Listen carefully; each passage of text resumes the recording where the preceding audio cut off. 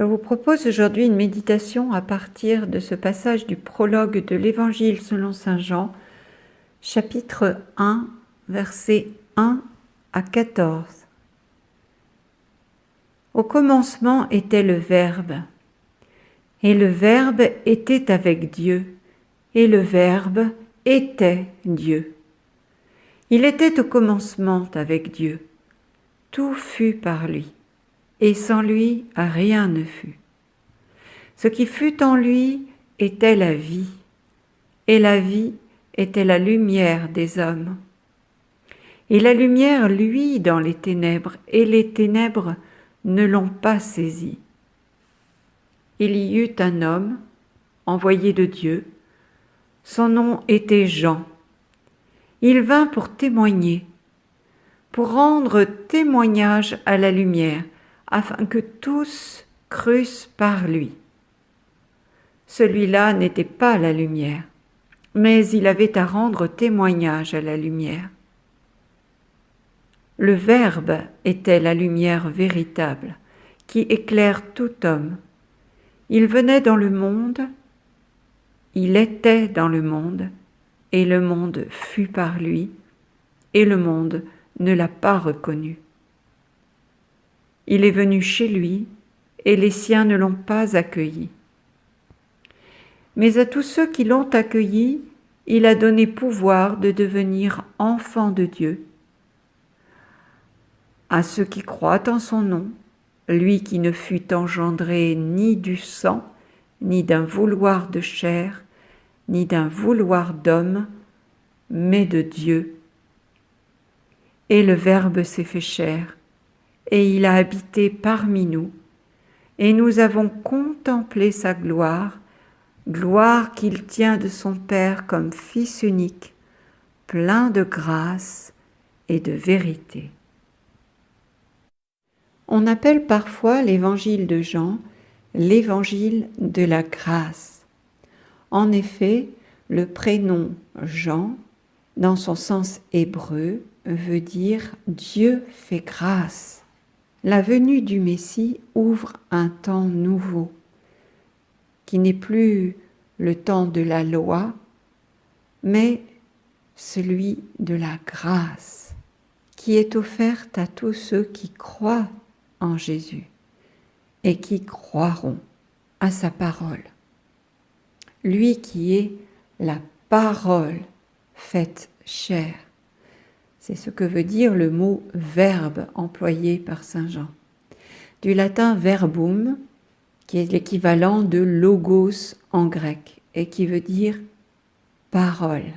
La parole, c'est-à-dire la capacité d'exprimer par des mots, qu'ils soient prononcés à l'oral ou écrits, puisque nos Bibles sont un témoignage écrit. Mais c'est la même parole de Dieu, que nous la lisions ou que nous l'entendions. Le Verbe est donc la parole de Dieu qui est adressée aux hommes. Dieu parle aux hommes. Et on remarque que ce prologue de saint Jean commence exactement de la même manière que commence la Bible dans l'Ancien Testament avec la Genèse. Au commencement, c'est ce qui nous est dit. Au commencement. Donc la parole est première. On le voit en Genèse chapitre 1 verset 3. Dieu dit que la lumière soit, etc. La première parole de Dieu, c'est que la lumière soit. Et en Genèse 1, Dieu sépare la lumière des ténèbres. Donc la parole de Dieu est ce qui nous permet de faire la lumière, c'est-à-dire de séparer les œuvres des ténèbres de celles de Dieu. La première chose que Dieu fait, c'est de séparer les ténèbres de la lumière. En reprenant le point de départ de toute la création, de l'acte créateur de Dieu, Jean veut nous montrer qu'en Christ, la création divine est achevée, elle est menée à son accomplissement. Certes, dans la Genèse, Dieu donne la vie, mais Jésus, le Christ, lui, vient nous ouvrir la vie éternelle, qui n'est plus seulement la vie physique, mais cette vie de l'esprit qui transcende le monde physique. En Jean 19, verset 30, sur la croix, les dernières paroles de Jésus, les toutes dernières paroles de Jésus, c'est « tout est accompli ». Ce sont ces dernières paroles avant de rendre l'esprit. La mort du Christ ouvre une ère nouvelle, celle de la vie dans l'esprit, la vie par la grâce, pourrait-on dire également. Et comme nous le dit saint Jean, chapitre 14, verset 26, « L'Esprit Saint vous enseignera tout ». Ce sont les paroles de Jésus à ses disciples, voulant signifier par là que dorénavant, ce n'est plus l'obéissance à la loi, mais la réponse de l'homme à la grâce qui lui est faite par le don que Jésus a fait de sa vie pour nous sauver, pour nous obtenir la rédemption. Sous la loi, l'homme devait produire des actions en accord avec cette loi, tous ses préceptes. Sous la grâce, c'est la foi au Christ qui a déjà, lui, tout accompli. Puisque Jésus lui-même le dit, tout est accompli, tout ce qui était dit de lui dans les Écritures. C'est cette foi au Christ qui nous justifie devant Dieu. Jésus a déjà tout fait. Tout ce qui nous est demandé, c'est de laisser l'Esprit Saint nous éclairer sur la réalité de ce que Jésus a accompli. Dans le monde juridique, on utilise ce terme de grâce en parlant par exemple de la remise d'une peine pour un condamné. Autrefois, lorsque la peine de mort était appliquée, parfois, le président de la République pouvait faire grâce à un condamné. En donnant sa vie sur la croix, Jésus nous a obtenu cette grâce d'être libérés de la condamnation liée au péché, à notre état de pécheur. On pourrait dire que la grâce qui vient de la foi au Christ est cette lumière, comme dit saint Jean, que les ténèbres ne peuvent saisir. Pensez au bon larron. Jésus fait grâce au pécheur, à celui qui avait, comme il le dit lui-même, mérité cette condamnation. Et pourtant, Jésus lui dit, ce soir même, tu seras avec moi au paradis. Ça, c'est impossible à concevoir pour un esprit humain, religieux, comme les pharisiens de l'époque de Jésus, obéissant à la loi, qui, dans leur esprit, doit permettre de séparer le pur de l'impur, donc de mettre à part. On le voit lorsque on lui amène la femme adultère, on lui demande de prononcer une sentence. Va-t-il la condamner? Va-t-il au contraire dire qu'elle ne mérite aucun châtiment? Au contraire, Jésus se positionne du point de vue de la grâce, un positionnement impossible pour un esprit religieux. En effet, la grâce est cette lumière qui brille dans les ténèbres. La lumière, lui, dans les ténèbres, nous dit saint Jean dans son prologue. D'ailleurs, Matthieu nous dit, chapitre 5, verset 15, « On n'allume pas une lampe pour la mettre sous le boisseau, mais on la met sur le chandelier et elle éclaire tous ceux qui sont dans la maison. » Et Jésus dit de ceux qui écoutent sa parole, vous êtes la lumière du monde. Donc cette parole faite chair, le Verbe, éclaire tout homme. Et la parole a été donnée à l'homme par Dieu. C'est un don de Dieu. Nous le voyons en Genèse 2, chapitre 19. L'Éternel forma de la terre tous les animaux des champs, tous les oiseaux du ciel, etc.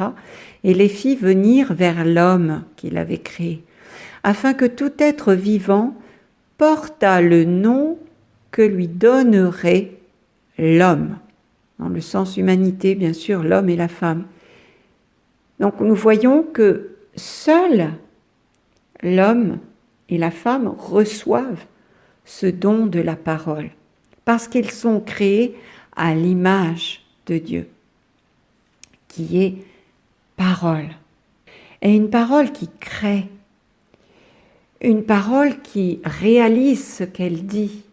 Nous le voyons par exemple dans Marc chapitre 11, verset 23.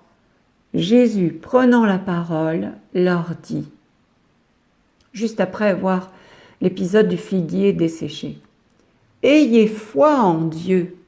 Amen, je vous le dis, quiconque dira à cette montagne, « Enlève-toi de là et va te jeter dans la mer », s'il ne doute pas dans son cœur, mais s'il croit que ce qu'il dit arrivera, cela lui sera accordé.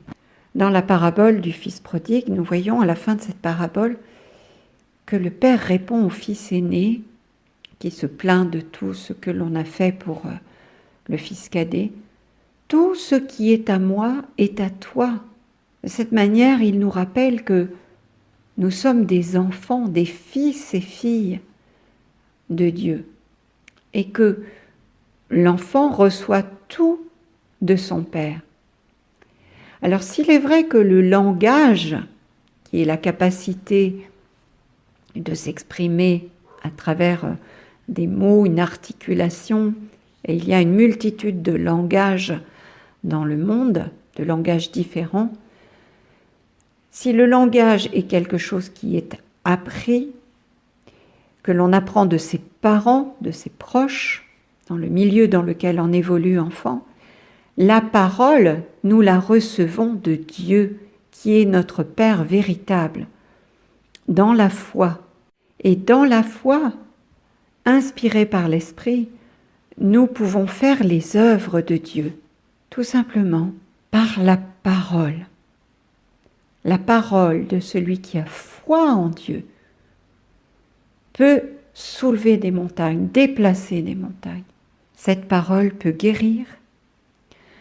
Cette parole peut annoncer des événements à venir à travers les prophéties. Cette parole peut dévoiler ce qui est caché à partir de paroles de connaissance, dévoiler l'action de Dieu qui est cachée, la mettre en évidence. La parole nous permet de prier notre Père qui est aux cieux, nous permet de vivre cette relation filiale avec lui. Notre identité de fils et filles de Dieu, nous la recevons de cette parole faite chair qu'est Jésus. C'est un engendrement divin.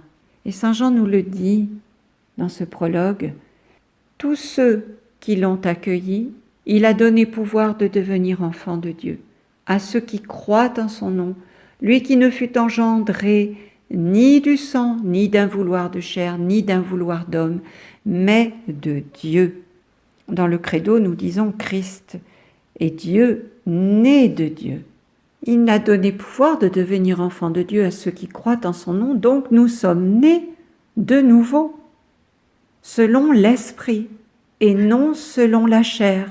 Ainsi, Jésus l'explique-t-il à Nicodème en Jean 3, versets 3 à 8. « Amen, amen, je te le dis, à moins de naître d'en haut, on ne peut voir le royaume de Dieu. » Nicodème lui répliqua, « Comment un homme peut-il naître quand il est vieux? Peut-il entrer une deuxième fois dans le sein de sa mère et renaître ?» Jésus répondit, « Amen, amen, je te le dis, personne à moins de naître de l'eau et de l'esprit, ne peut entrer dans le royaume de Dieu. Ce qui est né de la chair est chair, ce qui est né de l'esprit est esprit. Ne sois pas étonné si je t'ai dit, il vous faut naître d'en haut. Le vent souffle où il veut, tu entends sa voix, mais tu ne sais ni d'où il vient, ni où il va. Il en est ainsi pour qui est né du souffle de l'esprit. Ainsi, je comprends de ce verset, de cette parole de Jésus, que la foi au Christ, cette nouvelle naissance de l'esprit, nous rend totalement libres, puisqu'on ne peut dire d'où le vent, comme il nous le dit, le vent souffle où il veut, on ne peut dire ni d'où il vient, ni où il va. Ainsi en est-il de celui qui est né de l'esprit. Dans un autre passage de ce même évangile de Marc, chapitre 3, versets 32 à 35, une foule était assise autour de lui. Arrivent sa mère et ses frères, restant au dehors, ils le font appeler. Et on lui dit, « Voici que ta mère et tes frères sont là dehors, ils te cherchent. » Mais il leur répond, « Qui est ma mère? Qui sont mes frères ?» Et parcourant du regard ceux qui étaient assis en cercle autour de lui, il dit, « Voici ma mère et mes frères. Celui qui fait la volonté de Dieu, celui-là est pour moi un frère, une sœur, une mère. » Donc ici, Jésus se démarque de sa famille. Jusqu'ici, à Nazareth, il était le fils de Joseph, bien connu, le fils du charpentier et de Marie, sa mère. Alors Jésus vient nous dire que celui qui est né de l'Esprit peut s'affranchir de ce qui faisait son identité, l'identité de la chair. D'ailleurs, c'est ce que Dieu a demandé à Abraham en Genèse 12, versets 1 à 3. Le Seigneur dit à Abraham, « Quitte ton pays, ta parenté et la maison de ton père et va vers le pays que je te montrerai. Je ferai de toi une grande nation, je te bénirai, je rendrai grand ton nom et tu deviendras une bénédiction. Je bénirai ceux qui te béniront, celui qui te maudira, je le réprouverai. En toi seront bénies toutes les familles de la terre. » Et à ce moment-là, c'est encore Abraham, A-B-R-A-M, qui va devenir ensuite Abraham, avec le H de l'esprit. Donc celui qui est poussé par l'esprit à suivre le destin que Dieu a choisi de lui donner, ce destin de fils de Dieu et de fille de Dieu, libre des conditionnements familiaux, des environnements culturels dans lesquels nous avons pu évoluer. La foi au Christ nous rend libres, nous en affranchit. Nous en avons un autre exemple dans ce passage du recouvrement au temple, en Luc 2, versets 41 à 50. Chaque année, les parents de Jésus se rendaient à Jérusalem pour la fête de la Pâque. Quand il eut 12 ans, ils montèrent en pèlerinage suivant la coutume. À la fin de la fête, comme ils s'en retournaient, le jeune Jésus resta à Jérusalem à l'insu de ses parents. Pensant qu'il était dans le convoi des pèlerins, ils firent une journée de chemin avant de le chercher parmi leurs parents et connaissances. Ne le trouvant pas, ils retournèrent à Jérusalem en continuant à le chercher.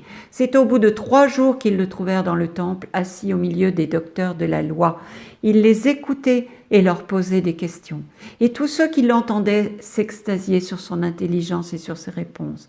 En le voyant, ses parents furent frappés d'étonnement. Et sa mère lui dit, « Mon enfant, pourquoi nous as-tu fait cela? Vois comme ton père et moi, nous avons souffert en te cherchant. » Il leur dit, « Comment se fait-il que vous m'ayez cherché? Ne saviez-vous pas qu'il me faut être chez mon père ?» Mais ils ne comprirent pas ce qu'il leur disait. À 12 ans, il entre dans sa véritable identité. Il manifeste par cette autonomie qu'il prend à ce moment-là vis-à-vis de sa famille, il manifeste cette identité de fils de Dieu, du Verbe incarné. qui interroge la parole de Dieu auprès des docteurs de la loi, et on dit qu'on s'extasiait de ses réponses, puisqu'il est la parole, il a les réponses. Il est la réponse à tout le questionnement humain, tout notre questionnement vis-à-vis de notre identité d'enfant de Dieu. Jésus est la réponse, parce que le Verbe s'est fait chair et il a habité parmi nous. Grâce au fiat de Marie, au oui de Marie, au oui de sa créature, Dieu s'est incarné. Et le oui de Marie est un oui totalement libre. C'est un oui souverain, parce que indépendant de toute pression extérieure, de toute influence extérieure. Et c'est très beau d'ailleurs de voir que cette femme, Marie, dans cette société patriarcale, où les femmes sont toujours soit sous l'autorité du Père ou celle de leur mari, Dieu, par l'intermédiaire de l'ange Gabriel, s'adresse directement à cette jeune femme. C'est dans le secret de son cœur que Marie répond « Je suis la servante du Seigneur ». Marie est vraiment reine dans la foi à ce moment-là, parce qu'elle place en premier le service de Dieu et sa parole. Qu'il me soit fait selon ta parole. Marie a écouté cette parole. Elle l'accueille avec tout son être, d'une manière totalement libre. C'est ainsi qu'elle est un exemple pour tout croyant, puisque nous sommes invités à laisser Christ habiter notre être. Comme le dit saint Paul d'ailleurs, ce n'est plus moi qui vis, c'est le Christ qui vit en moi. Christ peut vraiment trouver sa place en nous, demeurer en nous, si à l'exemple de Marie, nous plaçons sa parole au-dessus de toute parole humaine, même celle de nos plus proches, parents, famille, amis, membres de notre communauté, de notre Église.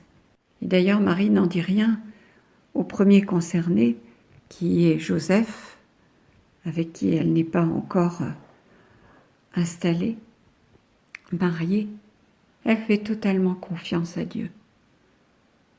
Ainsi, l'identité de son fils demeure cachée. Joseph l'apprendra par l'intermédiaire d'un ange, en songe. Et cette identité de fils de Dieu, celle de Jésus, restera cachée aux yeux du monde pendant 30 ans. C'est seulement lorsque le moment sera venu que Jésus se révélera dans sa véritable identité. Et Saint Jean nous dit, nous avons contemplé sa gloire, gloire qu'il tient de son Père comme Fils unique, plein de grâce et de vérité. La gloire du Fils de Dieu, c'est de marcher dans la grâce et dans la vérité. Et l'on ne peut recevoir cette grâce de devenir fils de Dieu, fille de Dieu, si l'on n'a pas fait ce travail d'être en vérité devant lui, devant Dieu. C'est-à-dire de reconnaître nos fautes, nos manques. Marcher dans la vérité, c'est considérer nos fautes, les reconnaître, plutôt que d'en accuser les autres. C'est se repentir. Et se repentir veut dire faire demi-tour, comme l'a fait le fils prodigue en revenant vers son père. Dans Proverbe 28, verset 13, on lit « Celui qui cache ses transgressions ne prospère point, mais celui qui les avoue et les délaisse obtient miséricorde. » Et le psaume 51, verset 6, nous dit « Tu veux que la vérité soit au fond du cœur. » C'est la prière de David, qui reçoit la grâce lorsqu'il se repent de son péché, double péché d'adultère avec la femme d'Uri et puis de crime sur la personne du riz. Puis il y a cette rencontre avec la Samaritaine qui dit « Cet homme m'a dit tout ce que j'ai fait ». Jésus lui a fait comprendre qu'il connaissait tout de sa vie, qu'il sait tout. Parce qu'on ne peut pas se cacher devant Dieu. D'ailleurs, se cacher, c'est le péché d'Adam qui s'éloigne de la présence de Dieu après avoir mangé du fruit défendu. Jésus dira au contraire, « Qui m'a vu a vu le Père ». À cause du péché originel, l'humanité s'était éloignée de Dieu. Mais par la grâce en Jésus, Dieu est venu lui-même, en la personne du Christ, habiter parmi nous. Dans Matthieu chapitre 16, versets 13 à 17, Jésus interroge sur son identité.